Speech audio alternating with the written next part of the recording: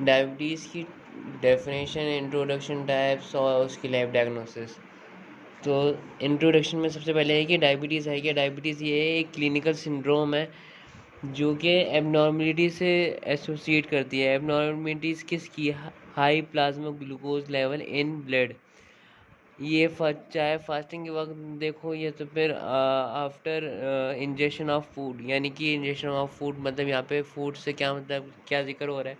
Carbohydrates. उसके बाद ये नॉर्मल वैल्यू जो होनी चाहिए डायबिटीज़ की, मतलब डायबिटिक पेशेंट में हो कितनी होती है? 126 या इससे ज़्यादा होगी फास्टिंग में। फास्टिंग मतलब कुछ भी खाया पिया ना हो 6 से 8 घंटे तक। और फिर 200 होनी चाहिए ओरल ग्लूकोज। ये दो वैल्यूज़ होंगी तो पेशेंट क्या होगा? डायबिटिक होगा। उसके बाद आता है टाइप 1 डायबिटीज़। टाइप 1 डायबिटीज़ मतलब IDDM है हमारे पास। IDDM मतलब इंसुलिन डिपेंडेंट डायबिटीज़ मेलाइटस। सही है। इसको हम लोग जुविनाइल ऑनसेट डायबिटीज़ मेलाइटस भी कहेंगे। इस नाम से ये ज़ाहिर हो रहा है। जुविलाइन का मतलब क्या है? जुविलाइन का मतलब है कि अर्लियर एज को बोलेंगे जुविलाइन। सही है। इसलिए इसको जुविलाइन ऑनसेट डायबिटीज़ मेलाइटस भी कहते हैं। यानी ये यंगर एजेस में होता है, जैसे कि 20 to 40 एज। सही है। और ये बहुत जल्दी क्विकली अकर हो जाता है 2 से 3 वीक्स के अंदर अंदर, क्योंकि पेनक्रियाज में कुछ ऐसी पेनक्रियाज में पेनक्रियाटिक इंजरी हो जाती है या तो फिर वायरल इन्फेक्शन हो जाता है जिसकी वजह से या तो फिर ऑटो इम्यून डिजीज़ हो जाता है। वायरल इन्फेक्शन हो जाता है, पेनक्रियाटिक इंजरी, या तो फिर auto immune disease. Auto immune disease मतलब ये है कि कभी कभी हमारा इम्यून सिस्टम ऐसी एंटीबॉडीज़ प्रोड्यूस कर लेता है जिसकी वजह से पेनक्रियाज में जो बीटा सेल्स हैं जो कि हमारे इंसुलिन बना रही थी, वो उसकी प्रोडक्शन को ख़त्म कर रहा है, रोक रहा है। मतलब बीटा सेल ही डेड हो रहे हैं। ये 3 कॉजेज़ की वजह से। क्या है 3 cause? Pancreatic injury, viral infection और ऑटो इम्यून डिजीज़। ये 3 कॉज की वजह से पेनक्रियाज में बीटा सेल जो हैं जो कि इंसुलिन बना रहे थे, वो स्टॉप हो जाएंगे, इनहिबिट हो जाएंगे। जब इंसुलिन इनहिबिट हो जाएगा तो ज़ाहिर सी बात है इंसुलिन जब इनहिबिट हो जाता है तो वो ग्लूकोज का लेवल जो होता है वो ब्लड में बहुत ज़्यादा जम जाता है, जिसकी वजह से इंसान डायबिटिक पेशेंट बन जाता है। सही है। अब आगे ये है कि इसको हम लोग जैसे कि हमारा immune system auto antibodies produce कर रहा था, जिसकी वजह से इंसुलिन की इनहिबिशन हो रही थी, यानी इंसुलिन की बनना स्टॉप हो रहा था। तो ये ऑटो इम्यून डिजीज़ हम लोग इसको मतलब IDDM को हम लोग इसलिए ऑटो इम्यून डिजीज़ भी कह सकते हैं। यानी इसके टोटल 3 नाम है। एक इंसुलिन डिपेंडेंट डायबिटीज़ मेलाइटस, और दूसरा है जुवेनाइल ऑनसेट डायबिटीज़ मेलाइटस, और तीसरा नाम क्या है? ऑटो इम्यून डिजीज़ भी कह सकते हैं इसे। सही है। और अब इसकी इफ़ेक्ट्स क्या हैं? ये जब हमको ये हो जाता है टाइप 1 की डायबिटीज़ जब हो जाती है, इसकी इफ़ेक्ट्स क्या हैं? यानी कि लॉन्ग टर्म में, यानी जब ये लॉन्ग टर्म हो जाती है, यानी काफ़ी देर तक ये डायबिटीज़ रह जाती है, तो किडनी में प्रॉब्लम होती है, हार्ट स्ट्रोक्स हो जाती है। सही है। और फिर डिहाइड्रेशन हो जाती है, वेट लॉस हो जाता है, और फिर प्रेग्नेंट वूमेन को भी बहुत मसला हो जाता है। सही है। और और एक और मेन चीज़ क्या है? D K stands for diabetic ketoacidosis. जब ज़ाहिर सी बात है इंसुलिन कम होगा, ग्लूकोज का लेवल बढ़ जाएगा, तो हमारे अंदर जो कीटोन बॉडीज़ होंगी वो बढ़ जाएगी। सही है। तो वो जो बढ़ना है, तो वो जो बढ़ जाएगी तो हमारा pH लेवल एसिड की तरफ चले जाएगा, इसलिए कीटो एसिडोसिस बोलेंगे। डायबिटिक कीटो एसिडोसिस हो जाएगा हमें। सही है। तो ये हैं इसकी इफ़ेक्ट्स। सही है। लेकिन ये जो डायबिटीज़ है ये बहुत ही रेयर केस में होता है, मतलब बहुत कम होता है। और बस यही है पूरा टाइप 1 डायबिटीज़ का। अब टाइप 2 डायबिटीज़ में ये type 2 diabetes is also known as maturity onset diabetes mellitus. सही है। यानी कि इस नाम से ज़ाहिर हो रहा है कि ये ओल्डर एज वाले पर्सन को होगा, यानी कि किसी बुढ़े एज वाले को पर्सन को होगा, जैसे एज 45 हो गई या इससे की अबव हो गई। सही है। उन लोगों को होता है, और ये 90% पीपल में होता है। 90% ये पीपल में होगा। सही है। लेकिन इस वाली डायबिटीज़ में वो टाइप 1 डायबिटीज़ इंसुलिन डिपेंडेंट था। ये इंसुलिन डिपेंडेंट नहीं है, इसमें इंसुलिन स्टॉप नहीं हो रहा, इसमें इंसुलिन प्रोड्यूस हो रहा है, लेकिन इसमें ये होता है कि कभी कभी इंसुलिन कभी लो होता है, कभी नॉर्मल होता है, तो कभी हाई होता है। तो जिसकी जब जाहिर सी बात है जब लो होगा तो ग्लूकोज लेवल बढ़ जाएगा, तो ये डायबिटीज़ फॉर्म होती है। सही है। तो इसमें यही होता है कि इंसुलिन लो होता है, नॉर्मल होता है, तो फिर हाई होता है। सही है। अब ये क्यों हो रहा है?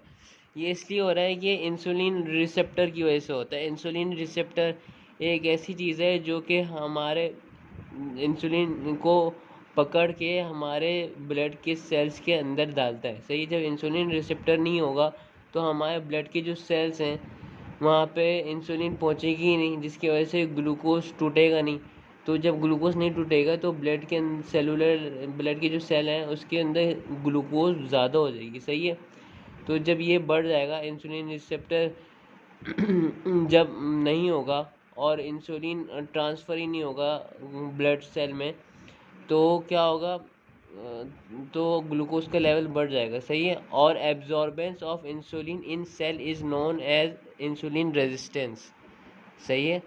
यानी कि इंसुलिन रेजिस्टेंस यानी एब्जॉर्बेंस ऑफ इंसुलिन सेल के अंदर जब कम होगी, यानी इंसुलिन रेजिस्टेंस कम होगी, तो क्या होगा? डायबिटीज़ बढ़ जाएगी, यानी ग्लूकोज लेवल बढ़ जाएगा, डायबिटीज़ हो जाएगी। सही है। अब इनके फैक्टर्स क्या है? मैंने बोला था पहले 45 की एज में होता है, फिर ओबेसिटी की एज में होता है, उसके बाद क्या है? हेरिडेटरी है। हेरिडेटरी मतलब पेरेंट्स से ट्रांसफ़र हो सकती है। सही है। जो कि एज 45 में हो जाके होता है। सही है। अब तीसरी टाइप, ये मेन टाइप क्या है हमारे पास? Gestational diabetes.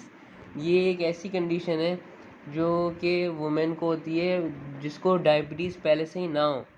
ये डायबिटीज़ इस वजह से होती है क्योंकि जब वो जो लड़की है वो प्रेग्नेंट जब होती है तो उस दौरान होती है ये डायबिटीज़, यानी कि 24 टू 28 वीक्स में। सही है।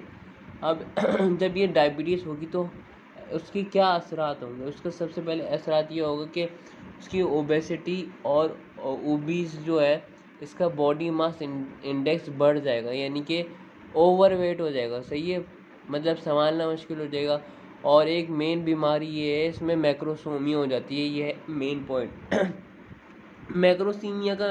सोमिया का मतलब ये है कि जब ग्लूकोज लेवल बहुत ज़्यादा बढ़ जाता है प्रेग्नेंट वुमेन में, तो एक्स्ट्रा अमाउंट ऑफ ग्लूकोज ना कुछ बेबी में भी चले जाता है, जिसकी वजह से जब बेबी में एक्स्ट्रा अमाउंट ऑफ ग्लूकोज जाएगा तो बेबी जो होगा वो नॉर्मल साइज़ का नहीं होगा, वो उसका साइज़ बहुत बड़ा हो जाता है, यानी कि 9 पाउंड्स का बेबी हो जाता है, या उससे भी ज़्यादा का हो सकता है। सही है। उसके बाद ये है कि मल्टीपल प्रेगनेंसीज में भी अक्कर हो सकता है। सही है। और ये है रिस्क किस्म की जेस्टेशनल डायबिटीज़ की। सही है। अब जब लड़की जब प्रेग्नेंट वूमेन जो होती है उसमें जो हार्मोन्स जो प्रोड्यूस होती है प्रेगनेंसी के दौरान, वो भी इंसुलिन को ना इंसुलिन की ग्रोथ को कम करती है। सही है। और उसके अलावा एक और वजह ये है कि मेटाबॉलिक सिस्टम, प्रेग्नेंट वुमेन में मेटाबॉलिक सिस्टम चेंज हो जाता है, जिसकी वजह से इंसुलिन की सेंसिटिविटी हो जाती है। सही है। अब जब इंसुलिन की जब सेंसिटिविटी हो जाती है तो इस एज के दौरान क्या होता है? ज़्यादातर लोगों को 50% चांसेस है कि टाइप 2 डायबिटीज़ हो जाए, यानी कि non insulin dependent diabetes mellitus हो जाता है। सही है। वो किसकी वजह से हो रहा है? ये गेस्टेशनल डायबिटीज़ मेलाइटस की वजह से। सही है। एक और बात ये है कि प्लेसेंटा जो है, जो मदर और बेबी में जो कनेक्शन होती है, वो कनेक्ट होता है एक ट्यूब टाइप ना, उस प्लेसेंटा में से कुछ इंसुलिन रिलीज होती हैं। वो क्या है हमारे पास? प्रोजेस्टेरॉन, ह्यूमन प्लेसेंटा लैक्टोजन और कॉर्टिसोल और एस्ट्रोजन। ये वो हार्मोन्स है जो इंसुलिन की ग्रोथ को कम करती है तो फिर रोकती है। सही है। ये गेस्टेशनल डायबिटीज़ मेलाइटस जब वो में किसी वुमेन को हो जाता है तो उससे सिर्फ बेबी इनलार्ज नहीं होता, यानी बड़ा ही नहीं होता, उसके अलावा उसमें एक और डिजीज़ कॉज हो सकती है जो कि लंग्स में जो हमारे पास सरफेक्टेंट होती है। ये सरफेक्टेंट कहाँ होती है? लंग्स के एल्वियोलाई में होती है, यानी कि गैसियस एक्सचेंज जहाँ पे जहाँ पे गैसियस एक्सचेंज हो रहा होता है। सही है। तो यानी कि इसका मतलब क्या है, जब इस पे इफेक्ट होगा, जब बच्चा बॉर्न हो जाएगा तो उसको सांस लेने में बहुत ज़्यादा मुश्किल होगी, उसको अस्थमा भी हो सकता है या कोई भी डिफरेंट लंग डिजीज़ हो सकती है। सही है। उसके बाद हमारे पास अब ये ट्रीटमेंट फॉर डायबिटीज़ क्या है, ये ओवरऑल ट्रीटमेंट बताइए डायबिटीज़ की कि रेगुलर एक्सरसाइज होनी चाहिए और फिर इंसुलिन की कुछ ड्रग्स आती है वो लेते हैं पेशेंट, और फिर इंसुलिन की सिरिंज भी आती है वो लेता है patient as prescribed by doctors. यानी कि डॉक्टर, अगर आपको डायबिटीज़ हाई अमाउंट में है तो इंसुलिन भी आपको डॉक्टर हाई अमाउंट में देगा इस तरह।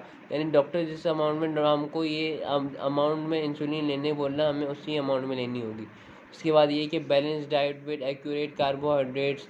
उसके बाद ये है कि checking blood sugar level by monitor, वो शुगर इंस्ट्रूमेंट की जो मॉनिटर होती है थंब पे ब्लड पिन करके जो ब्लड टेस्ट करते हैं वो बार बार चेक करना चाहिए हमें। सही है। अब ये इंसुलिन ड्रग्स मतलब ये जैसे ग्लूकोवेंस हो गई। ग्लूकोवेंस एक ऐसी मेडिसिन है जो कि हमारी बॉडी में इंसुलिन प्रोड्यूस करता है। सही है। इंसुलिन ये प्रोड्यूस करेगा, ये तो फिर उसको रोकेगा। ये शुगर मत कंट्रोल करने के लिए होती है, यानी अगर ग्लूकोज लेवल बढ़ गया तो फिर पेशेंट को इंसुलिन ड्रग देते हैं। सही है। और फिर अब आ गया lab diagnosis for diabetes. First of all patient goes to the technician. ज़ाहिर सी बात है, कोई भी पेशेंट अगर आया और अगर उन्हें ये सिम्टम्स बोलता है कि उसको यूरिन तेज़ आ रही है और फिर विजन में प्रॉब्लम हो रही है और फिर भूख भी ज़्यादा लगती है, थर्स्ट भी बहुत ज़्यादा होता है, माउथ ड्राई हो उसका, और फिर फैटीग हो, और फिर उसकी जो सांस होगी उसमें से एक फ्रूटी स्मेल आएगी due to high glucose in level in blood. सही है। और फिर वॉमिटिंग भी होगी। सही है। तो ये सारे जब सिम्टम्स टेक्नीशियन देखते हैं ना, पहला स्टेप यही है, जब ये सारे सिम्टम्स पेशेंट में जब टेक्नीशियन देखता है तो फिर क्या करता है, तो फिर टेक्नीशियन जो होगा ना वो सबसे पहले जो करेगा वो क्या क्या होगा, random fasting random blood sugar लेगा सबसे पहले। सही है। रैंडम ब्लड शुगर टेस्ट करेगा सबसे पहले। सही है। तो रैंडम ब्लड शुगर में जो रिज़ल्ट है ये जो टेस्ट है ये कभी भी हो सकता है, यानी कि मेनली जो होता है ये खाने के 2 घंटे बाद ये टेस्ट किया जाता है। सही है। और इसकी जो रिज़ल्ट जो होगा जो डायबिटिक पेशेंट में आएगा वो क्या है, 200 mg/dL होगा ये, तो फिर इससे ग्रेटर भी हो सकता है। सही है। और अगर इससे ग्रेटेड हुआ या 200 हुआ तो फिर टेक्नीशियन क्या करेगा, पेशेंट का आप फास्टिंग ब्लड शुगर टेस्टिंग करेगा। फास्टिंग मतलब रोज़ा रखना, मतलब कुछ खाना पीना नहीं। सही है। यानी कि रात में पेशेंट जो टेक्नीशियन पेशेंट को बोलेगा कि आपने रात में जो खा लिया, लेकिन सुबह कुछ भी खा के मत आइएगा। सिर्फ पानी थोड़ा बहुत अलाउड है, वो भी ज़्यादा नहीं, क्योंकि यूरिनेशन ज़्यादा हो रही है ना इसलिए। तो पेशेंट को बोला जाएगा कि फ़ास्टिंग के लिए बोला जाएगा। सही है।